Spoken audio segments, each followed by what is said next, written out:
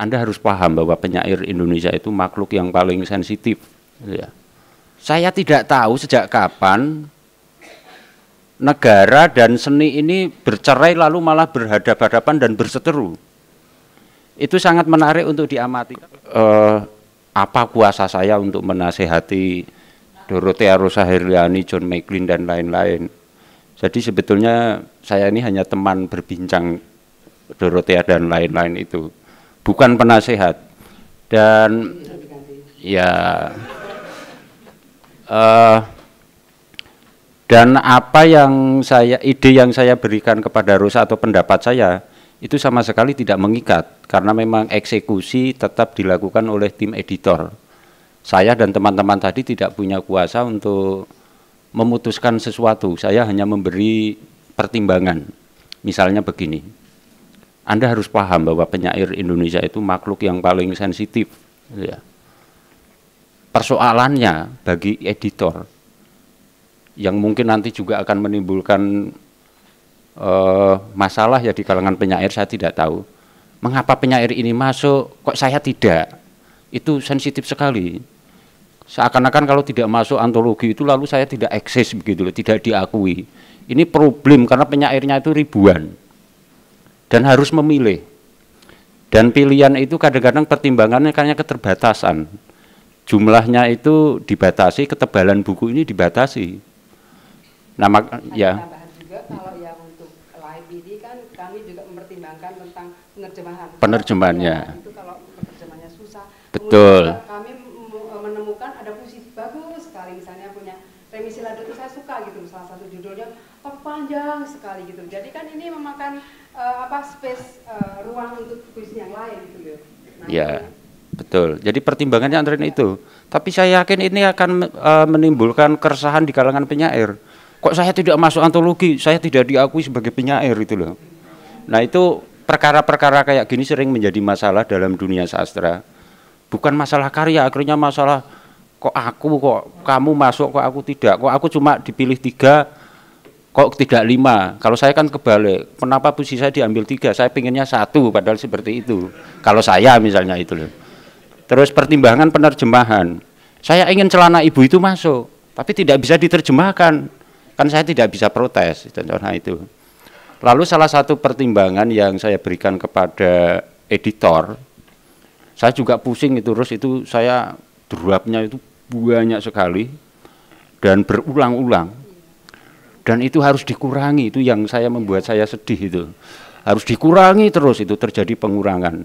Misalnya begini, kalau ada sekian puluh atau sekian ratus puisi, gaya dan temanya itu kira-kira kurang lebih mirip, itu kan harus dipilih, tidak mungkin semuanya dimuat, dipilih manalah yang paling mewakili di antara puisi-puisi yang coraknya sejenis, salah satu pertimbangannya itu.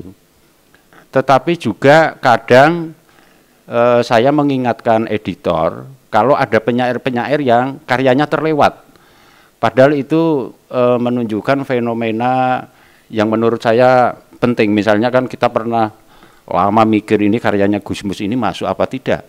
Saya bersikeras, saya tidak tahu masuk atau tidak, karena saya kan tidak urusan dengan keputusan final.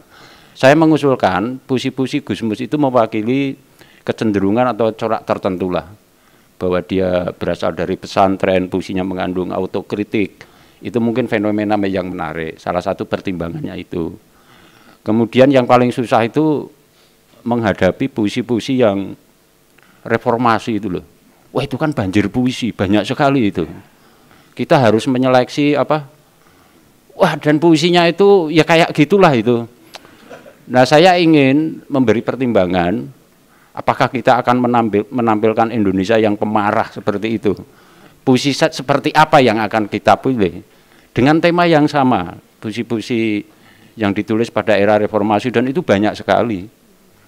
Nah kira-kira pertimbangannya semacam itu. Lalu hal-hal lain yang menyangkut hak cipta saya tidak ikut campur tangan, meskipun mungkin ternyata tidak mudah juga ya mengurus hak cipta.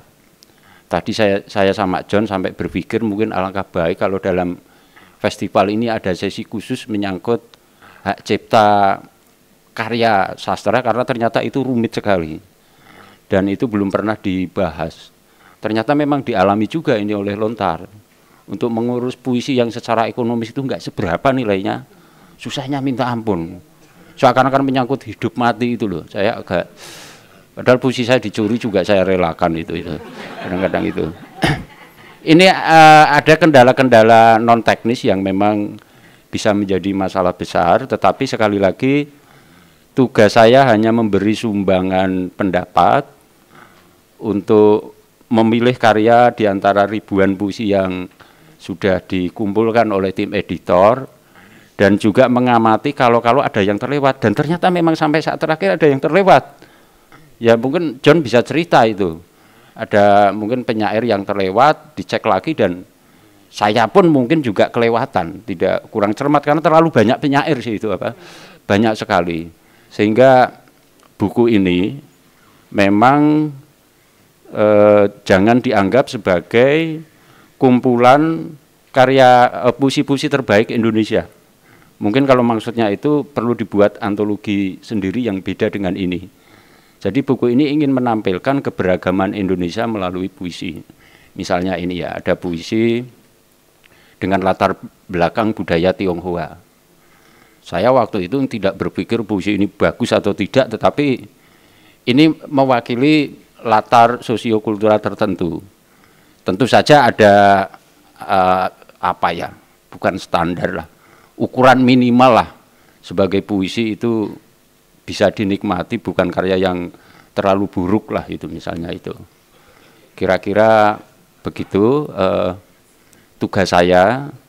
Jadi tugas saya hanya membantu Rosa, kalau dia pusing ya saya bantu pusingnya supaya semakin berat, lalu saya beri pertimbangan dan memang sempat juga kami agak mampat itu, agak sulit ketika harus mengurangi itu, waduh itu berat sekali, dari 900 menjadi 600 misalnya, itu memang harus mencoret itu. Nah kira-kira itulah pertimbangannya, tetapi bagaimanapun dengan segala kekurangannya, ini satu karya yang perlu disyukuri karena kita bisa melihat begini loh puisi Indonesia sejak awal sampai sekarang ini. Nah mungkin dengan membaca ini para penyair muda lalu bisa belajar saya harus membuat puisi semacam apa. Mungkin ada perasaan, wah aku membuat puisi yang dahsyat. Wah setelah baca puisi tahun 40-an, oh ternyata itu ada yang lebih dahsyat dulu misalnya itu. Jadi ada berbagai fenomena yang menarik, dan salah satu hal yang penting untuk para penyair sekarang yaitu membaca ulang karya-karya lama. Termasuk karya-karya Pak Budi Dharma kan kalau orang menulis cerpen ya harus dibaca, mau tidak mau gitu. Jadi tugas saya itu tanggung jawab sepenuhnya itu Dorothea, John dan lain-lain gitu. Saya tidak ikut menanggung dosanya.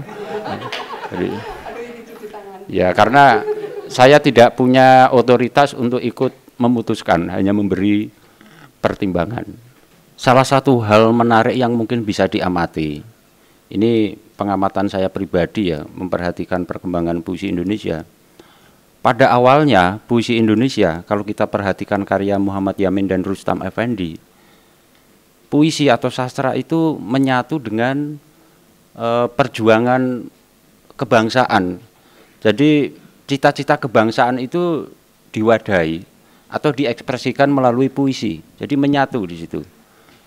Saya tidak tahu sejak kapan negara dan seni ini bercerai lalu malah berhadapan-hadapan dan berseteru.